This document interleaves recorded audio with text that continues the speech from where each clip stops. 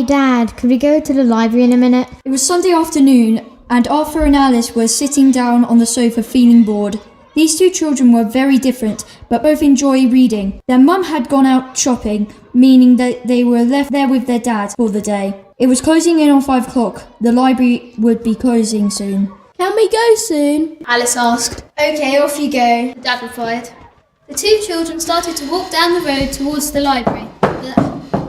The house that they had left looked about as grimy as it did on the inside. There were bushes growing up the house like snakes slithering up a tree, not to mention the many bricks that were coming loose. The library was now in front of them. The streets beside it were empty. Strange for the town these days. They walked into the library, which was open as usual, and found that the head librarian was not sitting at her desk as always. In fact, there was nobody at all. Everybody must be on holiday. Arthur joked, laughing. Alice was looking for her favourite series of books. I'm going to check if there is anybody at the main library. Arthur said. Okay, his sister replied. He wandered off into the main part of the library where there were huge shelves closing in on him. Arthur had never been there, but he didn't really want to come in again.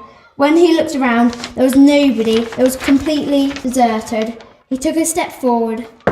Darkness flooded behind him. Another step. More darkness. Arthur started, "We'll try to forget about this and carry on walking." It was a forest at midnight. Soon he started to feel his legs aching and his eyes getting drowsy. His body was sodden in sweat. Therefore, he decided to sit down, leaning against the infinitely tall bookshelves.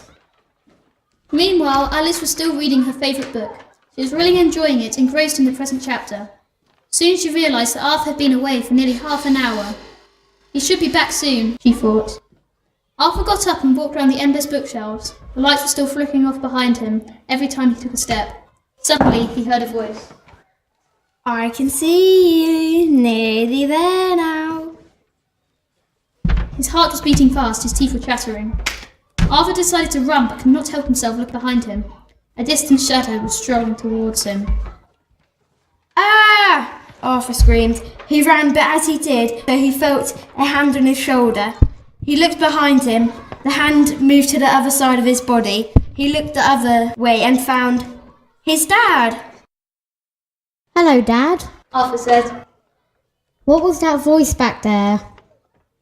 "I don't know. I'm trying to get out of here. So glad I found you. Where's your sister?" He asked. She's back at the main library reading. Arthur replied. The two of them walked on through the corridor and eventually found a path back to the main entrance. "Oh, hi, Dad," Alice exclaimed. "You've come to get us?" Arthur, Alice and their dad began to walk home. On the way, they saw a newspaper rolling along the street. Arthur picked it up and read the headline. Peter Smith found dead near the river. That's Dad. He thought. He looked into the front of him. His dad was still there.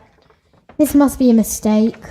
Arthur did not show his sister or anybody for that matter. He put it in the bin beside him on the street. "Here we are home," his dad said. They walked inside and found that the TV was switched on. On the television was the same headline that Arthur had found on the newspaper. Peter Smith, dead. "Hey, that's our dad!" Alice exclaimed.